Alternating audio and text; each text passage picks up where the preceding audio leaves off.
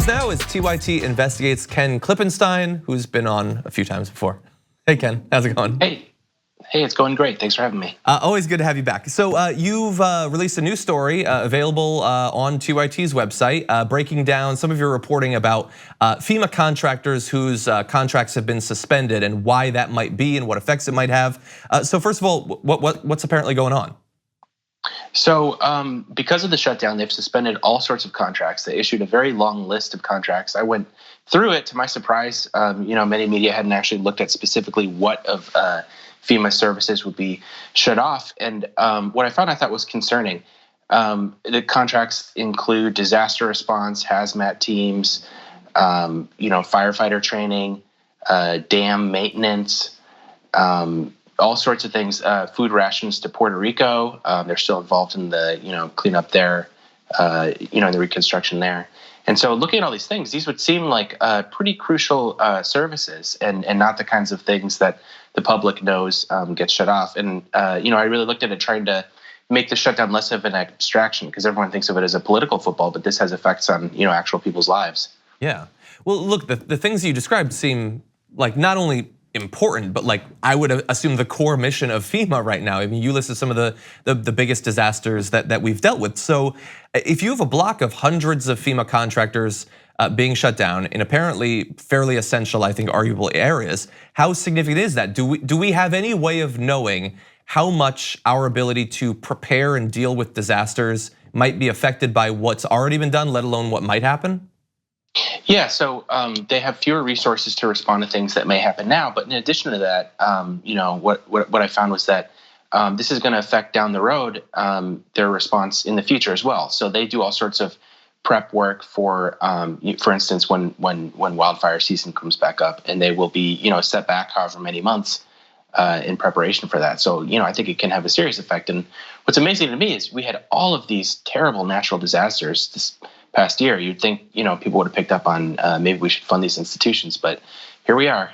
Yeah, and it's interesting that you bring that up because a couple of days ago, Donald Trump tweeted about California and its wildfires and implied that he might withhold federal funds to deal with that, which seemed out of place because it wasn't in the news. I don't know why he would be thinking about that. Is there any reason to believe that this might be related to that, this weird change in policy with FEMA and now him talking? I know it's a slightly different situation, but both having to do with disasters and now potentially cutting off funds to firefighters?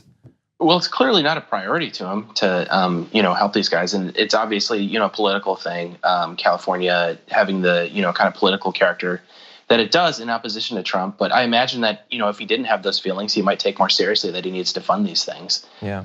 You remember him saying the only reason these wildfires happen is because there wasn't enough ground maintenance. He thinks that if people had just kind of cleared the brush on the ground, then none of this would have happened.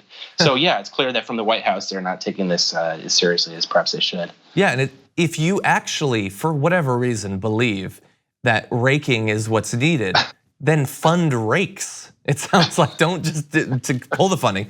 And I want to see if there might be a link to another piece of reporting from yesterday. So you have your story about the FEMA contractors. Yesterday, I believe it was NBC reported about how there were multiple aides who'd been involved in a potential plan where the Trump administration was going to appropriate funds that had been given to the Army Corps of Engineers to do rebuilding in Puerto Rico and also some flood management and things like that in California, that they might cut off those funds from what they were going to go to and instead use that to fund the wall. Is there any reason to believe that this, up until this point, unexplained cutoff of these FEMA contracts might be a part of the same strategy?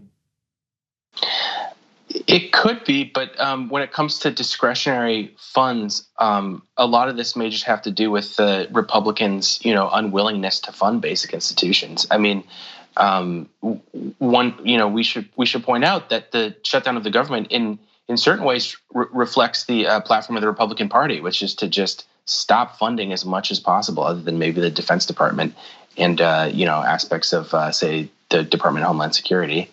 Yeah, I think that you're right. It is generally, even inside of that governing philosophy, the idea that the government should be involved in as little as possible. Usually, at least historically, it seems like the Republicans have carved out, well, I mean, obviously we need courts, we need the military, we need to not die. And so if FEMA has now been thrown overboard, that sounds dangerous. I am curious, we talked about the ability to quickly deal with some sort of disaster that's ongoing or something like that. If something big does happen, if we launch back into wildfire season, if hurricane season comes, do you have any reason to believe that they can quickly sort of spool up FEMA once again? That these contracts that have been suspended, can they easily be resumed in case something catastrophic happens?